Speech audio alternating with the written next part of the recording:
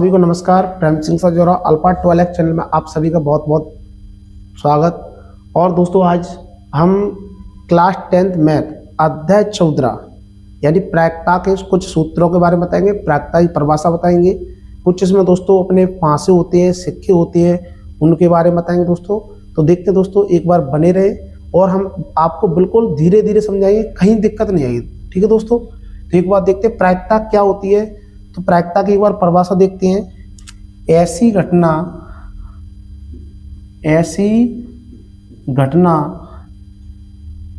जिसमें किसी घटना का घटित होना और घटित नहीं होना प्रायिकता कहलाती है। क्या होता है दोस्तों? प्रायिकता कहलाती है। क्या कहते हैं दोस्तों? ऐसी घटना जिसमें किसी घटना का घटित होना और घटित नहीं होना प्रायिकता कहलाती है। प्रायिकता दोस्तों अपनी दो प्रकार की होती है। कितने प्रकार की दोस्तों? दो प्रकार की होती है। प्रायिकता कितने प्रकार की होती है दोस्तों? प्रायिकता दो प्रकार की होती है। कितनी होती है दोस्तों? प्रायिकता दो प्रकार की होती है। एक प्रायिकता दोस्तों अपनी होती है निश्चित। कौन सी दोस्तों? निश्चित। एक होती है दोस्तों अनिश्चित। क्या होती है दोस्तों? निश्चित और अनिश्चित। निश्चित घटना जिसमें किसी घटना का घटित होना, संभव होना, पाना, मिलना, ऐसी घटनाओं का वो दोस्तों कहते हैं निश्चित घटना कहते हैं। जिसमें निश्चित घटना के अंदर कौन कौन सी आती है? घटित होना। क्या होना दोस्तों? घटित होना, कोमा संभव, कोमा होना, कोमा निश्चित, कोमा पाना आदि होता है, उसे कौन सी घटना कहते हैं? निश्चित घटना कहते हैं। अनिश्चित घटना दोस्तों घटित न होना, घटित न होना, असंभव घटना। क्या बोल दो? असंभव घटना, न होना या न पाना। न पाना क्या बोल सकते हैं? न पाना आदि। ऐसी घटना को दोस्तों अपन अनिश्चित घटना कहते हैं। ठीक है, इतना समझ में आएगा। और निश्चित घटना को दोस्तों अपन पीई से दर्शाते हैं। कैसे दर्शाते हैं? निश्चित घटना को किससे? निश्चित घटना का अपन संकेत क्या दे देते हैं दोस्तों? पीई नाम दे देते हैं। क्या नाम दे देते हैं दोस्तों? पीई नाम दे देते हैं। और अनिश्चित घटना को दोस्तों पीई डैश नाम देते हैं। इतना समझ में आया। अपन कह सकते हैं दोस्तों निश्चित घटना, क्या कह सकते हैं दोस्तों? निश्चित घटना का मान कितना होता है दोस्तों? एक होता है। कितना होता है? निश्चित घटना का मान दोस्तों एक होता है। निश्चित घटना का मान कितना होता है दोस्तों? एक होता है। अनिश्चित घटना का मान 0 होता है। ठीक है दोस्तों, इसलिए इसके लिए सूत्र भी दर्शाते हैं दोस्तों। पीई प्लस के पीई डैश बराबर कितना होता है दोस्तों? एक। यदि यहाँ पे कोई चीज एक नहीं पाई जाती, एक पाई जाती है, तो उसकी भी प्रायिकता निकाल सकते हैं। यदि कोई चीज नहीं पाई जाती है और पाई जाती है, तो दोनों में से कोई एक का मान दिया तो एक घटना का मान निकाल सकते हैं। तब दोस्तों अपन इसका प्रयोग करते हैं। ठीक है दोस्तों, अब अपन प्रायिकता का सूत्र लगाते हैं दोस्तों। तो आगे वीडियो में बने रहे, देखते हैं एक बार।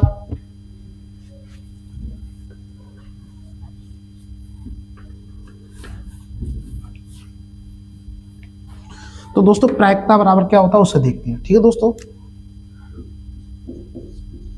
प्रायिकता बराबर होता है दोस्तों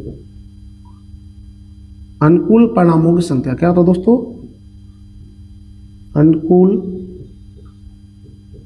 परिणामों की संख्या बटे दोस्तों कुल परिणामों की संख्या।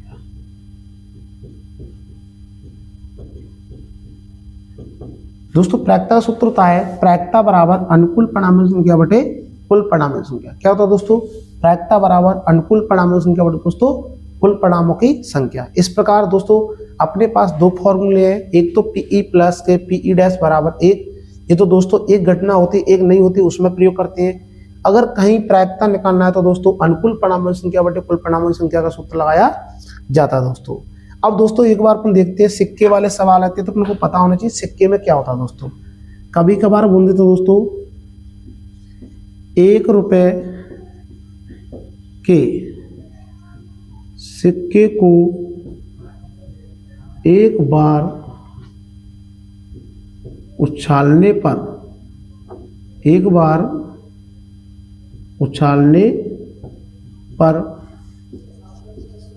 कुल परिणाम। तो दोस्तों एक सिक्के को एक बार उछालते हैं तो उसकी घटना दो बनती है। क्या बनती है दोस्तों? चित्त और पट। यानी चित्त को दोस्तों क्या बोलते हैं? हेड, और पट को दोस्तों क्या बोलते हैं? टेल। इसको दोस्तों अपन हिंदी में भी लिख सकते हैं चित्त और पट। क्या लिख सकते हैं दोस्तों? चित्त और पट। इतना समझ में आया? कभी कोई पूछता है 1 रुपए के सिक्के को एक बार उछालने पर कुल कितने परिणाम बनते हैं दोस्तों? चित्त और पट, यानी 2 परिणाम बनते हैं। इसलिए 1 रुपए के सिक्के को खेल के लिए न्याय संगत विधि माना जाता है। क्यों माना जाता है? क्योंकि 1 रुपए के सिक्के में 1 रुपए के सिक्के में 2 पहलू होते हैं। कितने होते हैं दोस्तों? 2 पहलू होते हैं। कितने होते हैं? 2 पहलू। क्वेश्चन पूछता है 1 रुपए के सिक्के में 2 पहलू होते हैं। कितने होते हैं दोस्तों? 1 रुपए के सिक्के में 2 पहलू होते हैं। इसलिए इस विधि को न्याय संगत विधि माना जाता है। कभी कभार क्वेश्चन आता है 1 रुपए के सिक्के को खेल में उछालने के लिए कौन सी टीम पहले खेलेगी, कौन सी नहीं खेलेगी। उसके लिए दोस्तों इसी विधि का इस्तेमाल किया जाता है, यानी सिक्का टॉस करना। क्या बोलता है? टॉस माने उछालना।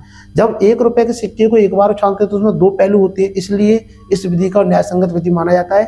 इससे पता चलता है कौन सी टीम पहले खेलेगी, कौन सी टीम बाद में खेलेगी। ठीक है दोस्तों, इतना समझ में आ जाओगे दोस्तों। ओके, अपन दोस्तों देखते हैं अब आगे इसी प्रकार। आगे अभी 1 रुपए के सिक्के में देखा, अब दोस्तों देखते हैं अपन आगे 1 रुपए का सिक्का। अब की क्या करेंगे दोस्तों?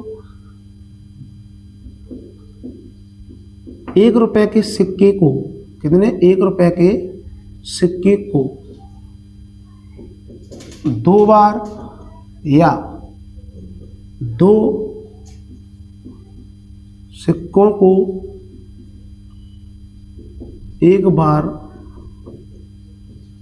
फेंकने पर कुल परिणाम।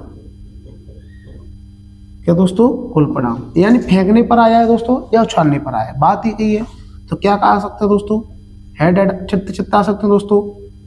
एक चित्त एक पट्टा आ सकता है दोस्तों, एक पट्ट एक चित्त आ सकता है, हो सकता है दोनों पट्ट पट्ट आ सकते हैं। तो दोनों परिणाम दोनों सिक्कों को उछालेंगे तो कितने परिणाम मिलेंगे? टोटल 4। इतना दोस्तों समझ में आया? जब 1 रुपए के सिक्के को 2 बार या 2 सिक्कों को एक बार उछाला जाता है दोस्तों तो कुल कितने परिणाम बनते हैं दोस्तों? 4। क्या? Head head, head tail, tail head, tail tail. ठीक है दोस्तों, कुल कितने परिणाम बने दोस्तों? 4 बने। इसी प्रकार दोस्तों अपन बोल सकते हैं नेक्स्ट 1 रुपए के सिक्के को 3 बार या 3 सिक्कों को एक बार उछालने पर कुल परिणाम। तो कुल परिणाम दोस्तों कितने बनते हैं? 8 बनते हैं। कुल कितने बनते हैं दोस्तों? 8। देखते हैं 8 कौन कौन से होते हैं दोस्तों। एक बार देख तो 3 बार चित्त चित्त आ सकता है, हो सकता है 2 बार चित्त 1 बार पट्ट आया है, हो सकता है 2 बार 1 बार चित्त 2 बार पट्ट पट्ट आया, हो सकता है 3 बार पट्ट पट्ट आया है। इसी प्रकार दोस्तों इनका उल्टा कर देंगे, 2 बार पट्ट 1 बार चित्त, 1 बार पट्ट 2 बार चित्त। कितना होगा दोस्तों, 1 2 3 4 5 6। बच्चे यहीं पे गलती कर देते हैं कि सर 6 ही आते हैं, लेकिन इसका दोस्तों एक बार बीच में नहीं है, तो एक बार बीच में देखते हैं, एच टी एच, एक बार दोस्तों टी एच टी। तो कुल कितने परिणाम बनते हैं दोस्तों, 8। 1 2 3 4 5 6 7 8। इस प्रकार दोस्तों अपने सिक्कों के सवाल आते हैं, इसमें से बच्चों को पता नहीं रहता है कितनी बार उछालने पर, एक बार उछालने पर कितने परिणाम बनते हैं, 2 बार उछालने पर कितने परिणाम बनते हैं। तो इस प्रकार दोस्तों अपने इनको बताया। ठीक है दोस्तों, अब दोस्तों एक बार एक पासे को उछालने पर कितने परिणाम बनते हैं, तो आपको पता होगा एक पासे को एक बार उछालने पर कितने दोस्तों, एक पासे को एक बार उछालने पर कुल परिणाम या कुल संख्या, कुल परिणाम कितने बनते दोस्तों, एक बार देखेंगे कुल परिणाम 1 2 3 4 5 6। कितने बनते दोस्तों, 6 बनते हैं। तो टोटल इनको गिनो 1 2 3 4 5 6, कितने परिणाम बनते हैं दोस्तों, 6 परिणाम बनते हैं। इतना समझ में आ जाएगा। इसी प्रकार कभी कभार पूछ लेता दोस्तों कि जब एक पासे को 2 बार या 2 पासे को एक बार उछाला जाता है तो कितने परिणाम बनते हैं दोस्तों, तो एक बार देखते हैं। तो मैंने लिख दिया दोस्तों, एक पासे को 2 बार या 2 पासों को एक बार उछालने पर कुल परिणाम कितने बनते दोस्तों, या तो एक पासे को 2 बार या 2 पासे को एक साथ, या एक बार 2 पासों को एक बार फेंकने पर, या एक साथ, क्या लिख सकते दोस्तों, एक साथ उछालने पर कुल परिणाम। तो कितने बनते दोस्तों, 6 इंटू 6, टोटल कितने होते दोस्तों, 36। कैसे होते दोस्तों, एक बार देखते हैं अपन, एक बार लिख दे 1 2 3 4 5 6। इधर के साइड दोस्तों 1 2 3 4 5 6। अब इनको 36 करके बताएंगे दोस्तों कैसे होते हैं उसको। तो लिख सकते हैं दोस्तों 1,1 1,2 1,3 1,4 1,5 1,6। इतना समझ में आया। इसी प्रकार दोस्तों 2,1 2,2 2,3 2,4 2,5 2,6। इतना दोस्तों 2,6।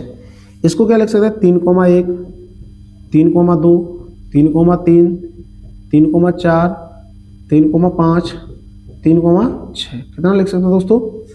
इसी प्रकार 4,1 4,2 4,3 4,3 4,4 4,5 4,6। आगे इसी को लिख सकते हैं 5,1 5,2 5,3 5,4 5,5 5,6। लास्ट लिख सकते हैं दोस्तों 6,1 6,2 6,3 6,4 6,5 6,6। इस प्रकार दोस्तों अपन बारी बारी से लिख सकते हैं। तो टोटल ये परिणाम अपन ने नोट किए, कितने हुए दोस्तों, 36। देखो नो 1 2 3 4 5 6। इधर गिनो 1 2 3 4 5 6।